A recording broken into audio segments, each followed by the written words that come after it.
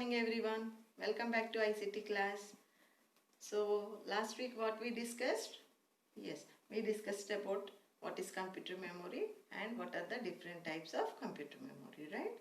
So what are the different types of computer memory? We have two types of computer memory, that is primary memory and secondary memory. So again primary memory is divided into RAM and ROM and secondary memory is a transferable memory. Basically primary memory is the fixed memory and secondary memory is the transferable memory. So CDs, hard disk, all these are the examples of secondary memory, right? Okay.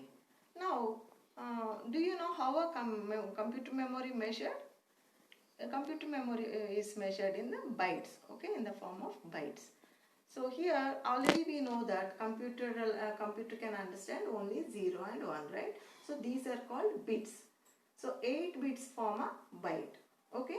8 bits like a combination of zeros and ones. 8 digits of combination of zeros and ones are called as a byte. And 1024 bytes are known as 1 kilobyte, okay? And again in the same way, again 1024 kilobytes are known as 1 megabyte and 1024 megabytes are known as 1 gigabyte. That is called, these days we are calling GB. So 1 GB, 2 GB, that means GB means gigabytes. So the next measurement is 1024 gigabytes are known as 1 terabyte. So this is the hierarchy of memory measurement, okay? So computer memory is basically measured in the form of bytes, okay? So now we will know what are the different types of computers, okay? So there are different types of computers based on the principle of operation, okay? Based on the operation, like how the computers are operating. So based on this operation, we have three different types of computers. So first one is analog computers.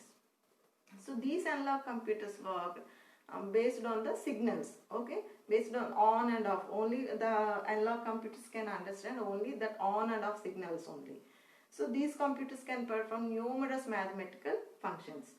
So, but here the result is approximate because it performs a very vast amount of numerous mathematical operations. Okay, so that's why these days, that means at present, this usage of analog computers is very less.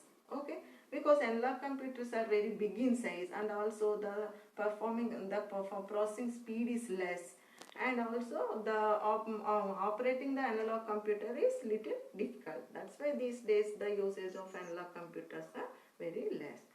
And the next is the digital computers. These are the computers which we are using at present, okay?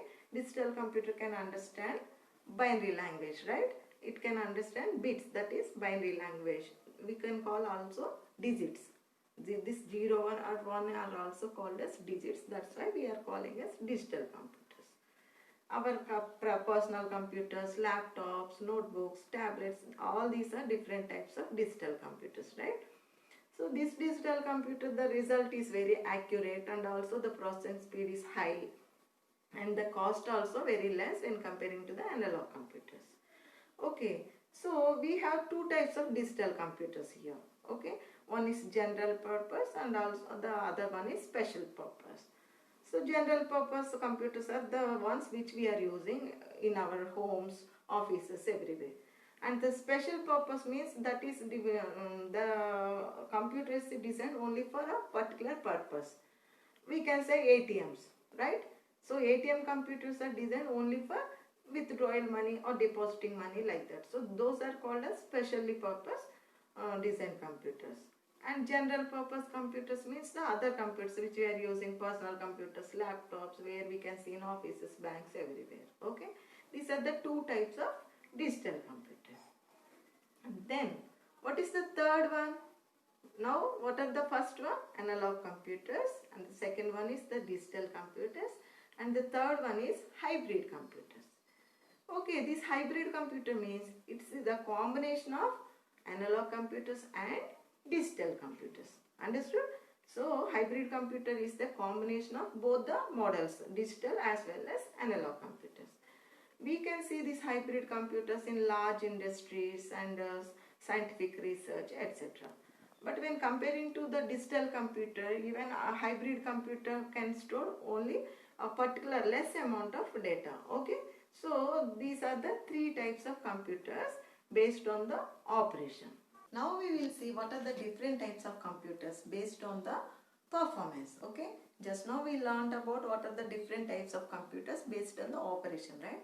Now we have different types of computers based on the performance also. Okay, here we the types of computers are four types. Okay, first one is the microcomputers, and the second one is mini computers, third one is the mainframe, and the fourth one is the supercomputer. Okay, now let us look into the microcomputer. So these are very small in size and also the cost is less. Okay, all our personal computers, laptops, these are comes under this microcomputers category. Okay, here the processing speed is good and also the cost is less, and these microcomputers are small in size. Our IBM PCs, all our laptops, notebooks, tablet PCs, handheld computers, all these are the different categories of microcomputers. Okay, and the next one is the mini computers. So comparing to the microcomputers, mini computers are large in size and also the cost is high. Okay, we can see these mini computers in the banks because mostly these mini computers support the multiple users. Okay, as well as single user, it supports the multiple users also. That means it will give multiple interfaces with a single computer. So we can see these mini computers in banks, large industries, etc. And the third one is mainframes. Okay, these mainframes are very big in size and also the processing speed is very high. Very high means it can complete almost 1 billion operations in a second, right? Okay, so these mainframe computers, mostly we use mainframe computers as web servers, where it can control a number of computers in the networks, and also we can see the mainframe computers in defense or in scientific research, large industries, etc.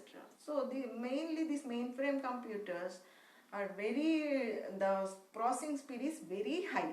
Okay, it can complete 1 trillion instructions per second with 100% accuracy. Okay, so that's why these mainframe computers we can see in large industries and the main industries like government offices or defense, etc. Okay, and the last one is supercomputer. So as the name says, it's a supercomputer. That means it can perform a trillion instructions. Okay, a trillion instructions per second. And we can see the supercomputers because we cannot see supercomputer everywhere because it's very expensive and also big in size.